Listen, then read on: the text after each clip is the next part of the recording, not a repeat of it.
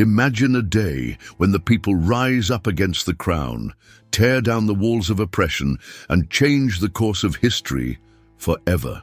This day was July 14th, 1789, the day when the Bastille fell and the French Revolution began. But what drove thousands of people to take to the streets and challenge absolute power? And how did this transform the world? Picture the streets of Paris, filled with the hungry and desperate, their patience finally shattered after years of watching the nobility feast while they starved. The air thick with tension, voices rising in unison, demanding not just bread, but something far more precious: dignity and rights. The French Revolution stands as one of the most defining movements in history. Over the course of 10 years, from 1789 to 1799, France witnessed the collapse of the ancient regime, the fall of monarchy, and the birth of a new era centered on rights and liberties. Inspired by Enlightenment ideals, championed by thinkers like Voltaire and Rousseau, this uprising wasn't simply a French affair. It ignited a spark that would illuminate the entire world. When King Louis XVI and his court retreated behind the ornate walls of Versailles, they couldn't imagine that their world of privilege was about to crumble.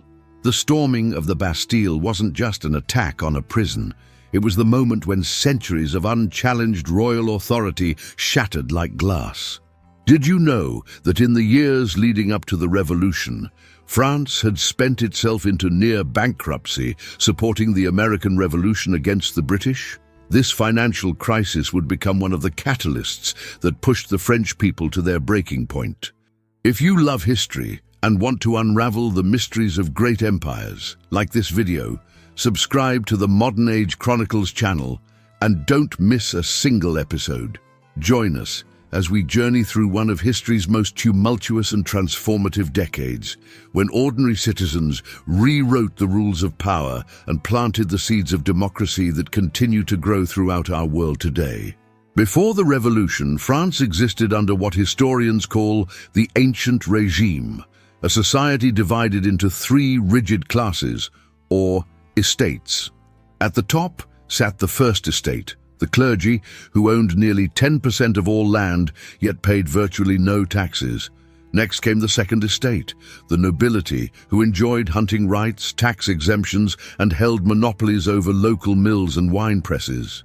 And then there was everyone else, the third estate, comprising 98% of the population, from wealthy merchants to destitute peasants, all burdened with funding the entire nation through crushing taxation. Imagine working from sunrise to sunset, only to watch tax collectors take most of what you earned. Picture growing the food that fed the nation, yet going hungry yourself, while nobles hosted lavish feasts at Versailles. This was daily life for millions of French citizens. The king, Louis XVI, wasn't necessarily cruel. He was ineffective. While he enjoyed hunting and tinkering with locks as a hobby, his government sank deeper into debt. France had spent a fortune helping the American colonists win their independence from Britain, a decision that would ironically plant the seeds of revolution on French soil as well. But how did ordinary people, many illiterate and isolated in rural villages, come to embrace complex philosophical ideas about natural rights and representative government? The answer lies in the coffee houses and salons of Paris, where Enlightenment thinkers like Rousseau, Voltaire, and Montesquieu debated radical new concepts. Their ideas spread through pamphlets, newspapers, and even songs that made their way to the countryside. These philosophers questioned everything. Why should birth determine one's station in life? Why should kings rule by divine right?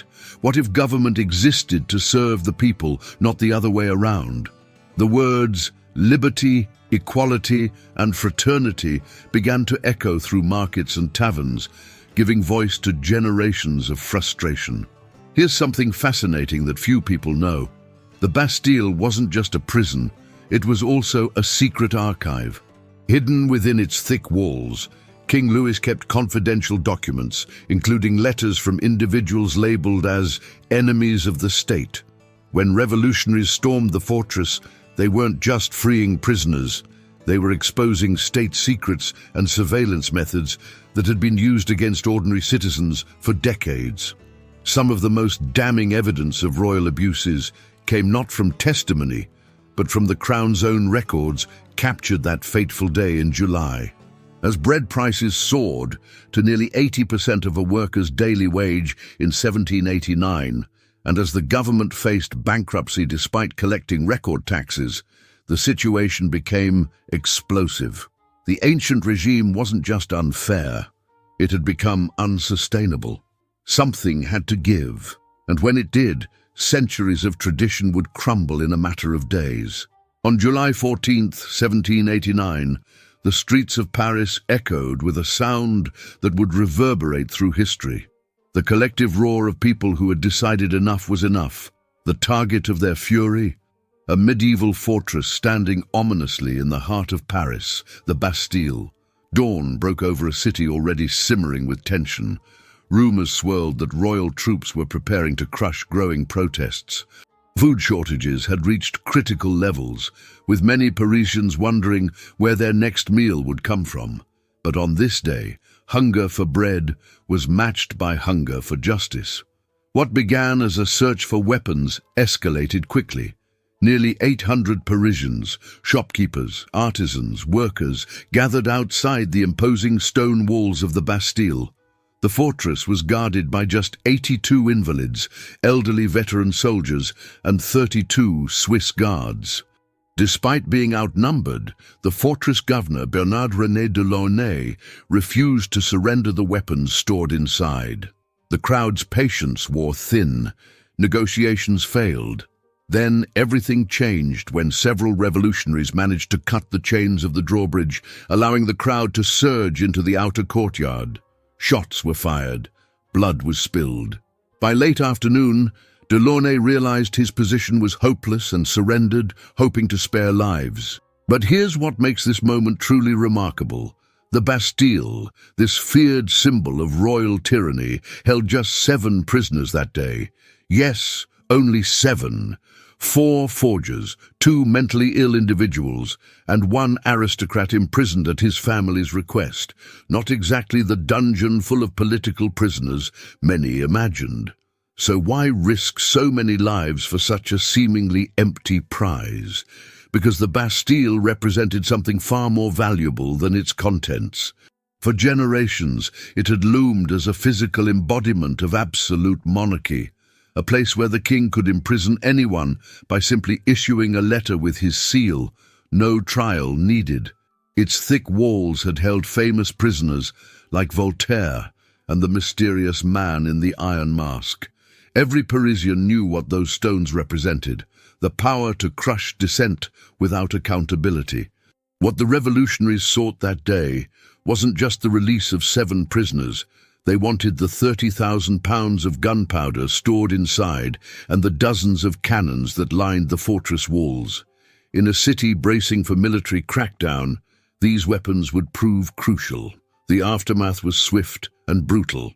Governor de Launay was beheaded, his head paraded through the streets on a pike. When King Louis XVI was informed of the event, he reportedly asked, "Is it a revolt?" His aide responded with words that would prove prophetic. "No, Your Majesty, it is a revolution." Within days, the Bastille was being dismantled, stone by stone. Parisians took pieces as souvenirs, fragments of a past they were determined to leave behind. One entrepreneurial Frenchman, Pierre-François Palouin, made a fortune selling small replicas of the Bastille carved from its actual stones. The fall of the Bastille wasn't the beginning of the French Revolution in a political sense that had started weeks earlier with the formation of the National Assembly. But it was the moment when revolution moved from debate chambers to the streets, from ideas to action. It showed that the people, when united, could topple even the most fearsome symbols of power. Just 6 weeks after the fall of the Bastille, on August 26, 1789, something remarkable happened inside the halls of the National Assembly. With the smell of gunpowder still lingering in the Paris air, representatives drafted and approved a document that would fundamentally challenge centuries of political thought, the Declaration of the Rights of Man and of the Citizen. Imagine the scene. Delegates from across France, many of them lawyers and intellectuals, working late into the night by candlelight, debating every word, every comma of a text they knew would reshape their nation. The atmosphere was electric with possibility. For the first time, a European nation was codifying the natural rights that belonged to every citizen, not as privileges granted by a king, but as inherent rights that no government could rightfully take away. The declaration began with words that still resonate today. Men are born and remain free and equal in rights. In just 17 articles, this revolutionary document proclaimed freedom of speech, freedom of religion, protection from arbitrary arrest, and the right to property. It declared that sovereignty resided not in a monarch, but in the nation itself, the people. These ideas, influenced heavily by Enlightenment philosophers and the American Revolution, were nothing short of radical in a continent still dominated by kings and emperors. Lafayette, the French hero who had fought alongside George Washington in America, was one of the primary authors. He had seen firsthand how revolutionary principles could be turned into governmental practice.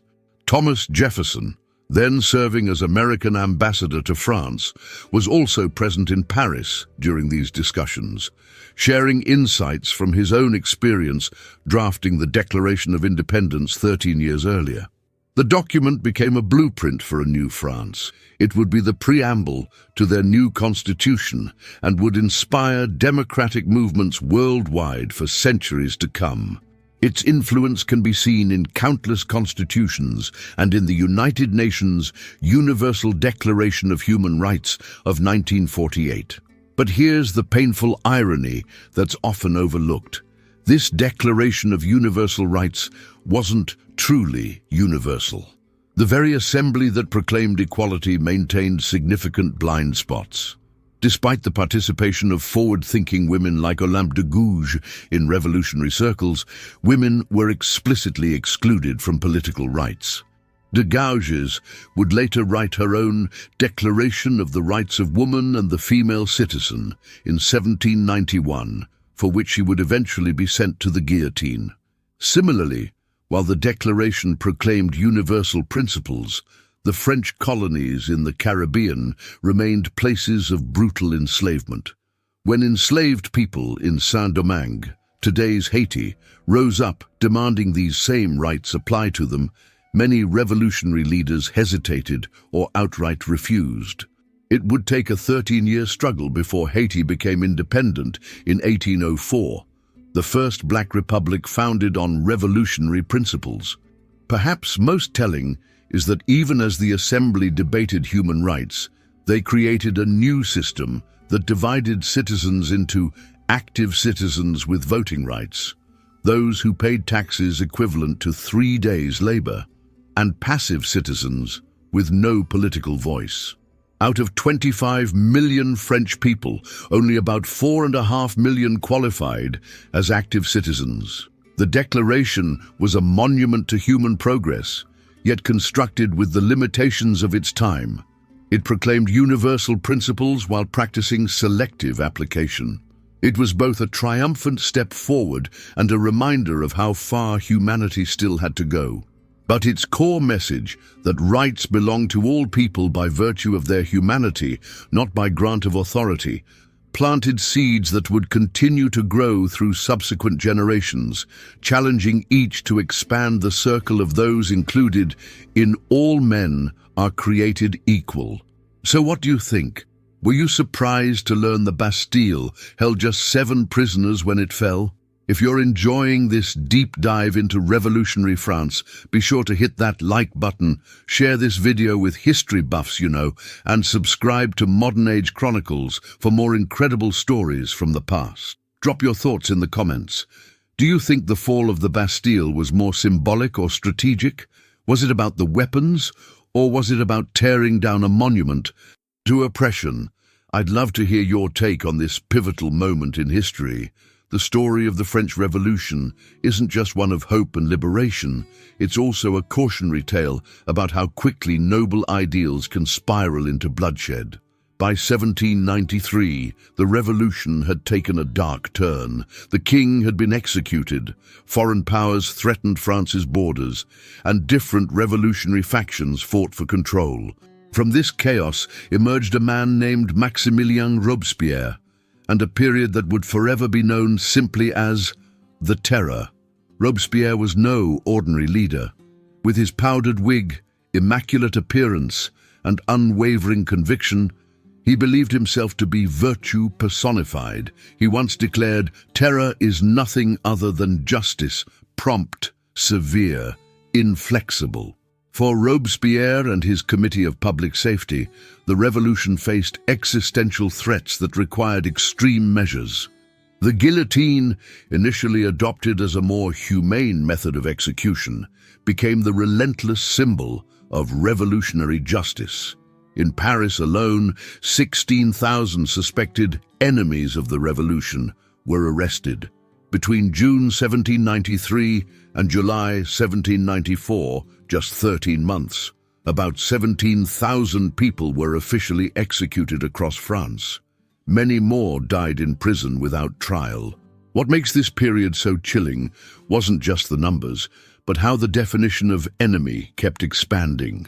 First, it was royalists and aristocrats, then moderate revolutionaries, then anyone suspected of insufficient revolutionary zeal. Eventually, even Danton, one of the revolution's most passionate voices, found himself condemned by his former ally, Robespierre. The machinery of death operated with terrifying efficiency. At the height of the Terror, the Revolutionary Tribunal in Paris could process 50 cases a day, with most ending in conviction and same-day execution. The infamous law of 22nd Prairial even denied the accused legal representation and eliminated all punishments except acquittal or death. Here's a detail that brings home the grim reality. In some provincial towns, executioners complained about arm fatigue from operating the guillotine so frequently. In Lyon, when the blade proved too slow, condemned prisoners were simply lined up and shot with cannon fire. Yet the revolution ultimately devoured its own children. On July 27, 1794, known in the revolutionary calendar as 9 Thermidor, Robespierre himself was arrested. The next day, he faced the same guillotine to which he had sent so many others. His jaw had been shattered in a failed suicide attempt the night before, so he screamed in agony when the executioner ripped off the bandage before placing his head in the device. The Thermidorian reaction that followed brought a collective exhale, but also uncertainty. France had overthrown monarchy, experienced democratic idealism, and survived revolutionary purges. But what would come next? The answer arrived in the form of a brilliant military commander from Corsica, Napoleon Bonaparte, just 5 feet 6 inches tall, but with ambition that towered over his contemporaries, saw opportunity in France's turmoil. After successful military campaigns in Italy and Egypt, he staged a coup on November 9, 1799, ending the revolutionary government and eventually crowning himself emperor in 1804.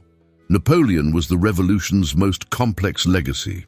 On one hand, he preserved many revolutionary achievements: legal equality, religious tolerance, and meritocracy. The radical idea that talent, not birth, should determine one's position. His Napoleonic Code became the foundation for legal systems across Europe and beyond. On the other hand, he abandoned democratic principles, restored authoritarian rule, and reinstated slavery in French colonies, a stark betrayal of revolutionary ideals. When he placed the crown upon his own head during his coronation, the symbolism was unmistakable. The revolution had come full circle, from overthrowing a king to creating an emperor. What's fascinating is how Napoleon himself viewed his relationship to the revolution. "I am the revolution," he once declared, seeing himself not as its betrayer, but as its culmination, the force that would stabilize and spread its best elements while discarding its excesses. Whether he was the revolution's savior or its executioner remains one of history's great debates. The journey from Robespierre's Republic of Virtue to Napoleon's empire reminds us that revolutions rarely follow a straight path. They surge forward with idealism, often descend into violence when faced with resistance, and frequently settle into something different from what their earliest champions envisioned. The French Revolution, with its dizzying shifts from liberation to terror to military dictatorship, contains within it cautionary lessons about the fragility of democracy that remain relevant today. When the French revolutionaries toppled their monarchy, they weren't just changing a single country. They were lighting a torch that would illuminate paths to freedom across continents. The ideas that spread from Paris traveled far beyond France's borders, carried by books, letters, soldiers, and refugees, igniting what historians now call the Age of Revolutions. Imagine being a colonial subject in South America, living under Spanish rule, when news arrives of a European nation where the people have claimed sovereignty for themselves. This is exactly what happened when Venezuelan revolutionary Francisco de Miranda visited France during the revolution.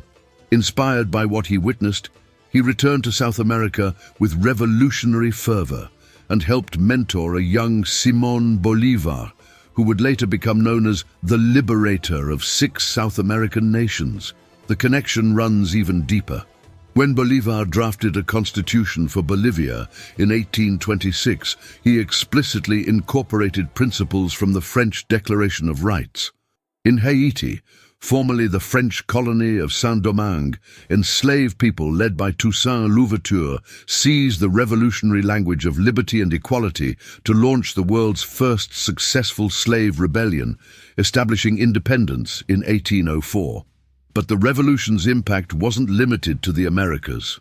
Across Europe, the old order watched in horror as revolutionary ideals spread like wildfire. In Belgium, revolutionaries overthrew Austrian rule in 1790. In Poland, Tadeusz Kościuszko, who had fought in the American Revolution, led an uprising against Russian control in 1794, explicitly invoking French revolutionary principles. Here's something fascinating. Even in places where revolutions didn't immediately succeed, the seeds planted during this period would sprout decades later. The Decembrist revolt in Russia in 1825 was led by officers who had been exposed to Western liberal ideas during the Napoleonic Wars. In Ireland, the Society of United Irishmen, inspired by events in France, rose up against British rule in 1798. The revolutionary wave continued well into the 19th century. The revolutions of 1848, which swept across more than 50 countries in Europe and Latin America, drew direct inspiration from 1789. From Italian unification to German democratic movements, the language and symbols of the French Revolution provided the vocabulary for political transformation. But it wasn't just political systems that changed. The French Revolution transformed how we think about history itself. Historians generally mark it as the dividing line between the modern age and the contemporary age. Why? Because it introduced something fundamentally new, the idea that ordinary people could consciously shape their society according to abstract principles like liberty and equality. Before the revolution, most Europeans accepted that society was naturally hierarchical, with kings ruling by divine right. After the revolution, even in countries that remain monarchies, the idea took hold that governments should derive their legitimacy from the consent of the governed.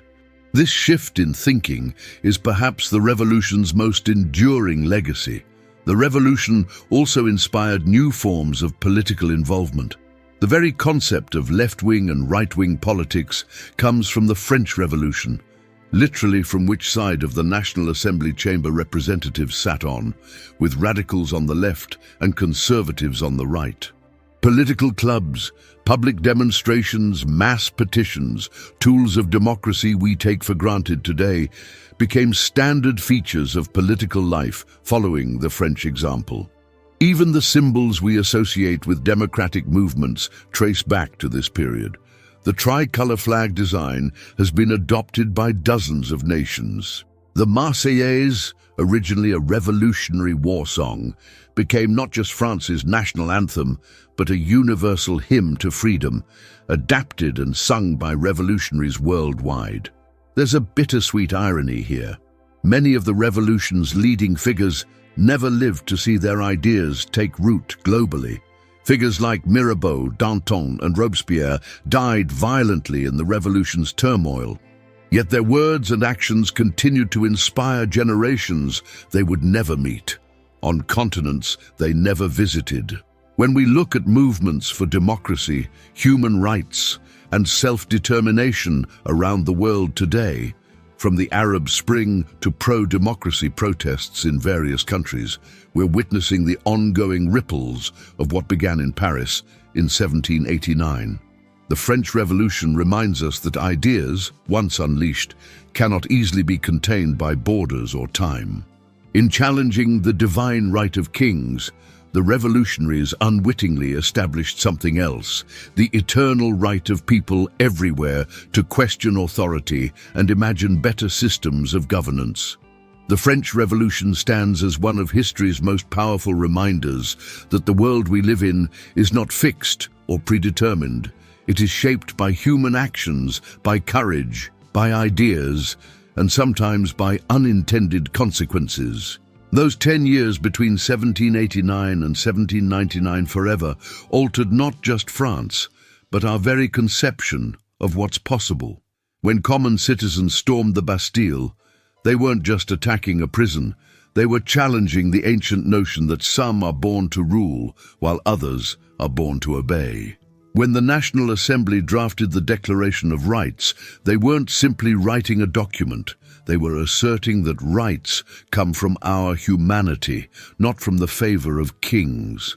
Yet the revolution also reminds us that the path to progress is rarely straight or simple. The same movement that proclaimed universal rights sent thousands to the guillotine. The same ideals that inspired liberation in some places were used to justify conquest in others. The revolution that began by overthrowing a king ultimately crowned an emperor. Perhaps this is the revolution's most enduring lesson, that transformative change requires not just passion and principles, but also wisdom and restraint. It shows us that revolutions are not events, but processes, with outcomes that can surprise even their most dedicated champions. When we look at our world today, with its ongoing struggles for democracy, equality, and human rights, we're still working through questions the French revolutionaries grappled with. How do we balance liberty with security? How do we create systems that protect rights while preventing abuses of power? How do we ensure that liberty, equality, and fraternity truly apply to all? The great historian Alexis de Tocqueville once observed that the French Revolution was carried on in the same spirit as would have led men to write a book. It was, in many ways, an attempt to remake society based on philosophical principles, an audacious experiment that continues to unfold. So what do you think we can learn from this extraordinary chapter in human history? Were the revolutionaries naive idealists, or visionary heroes ahead of their time?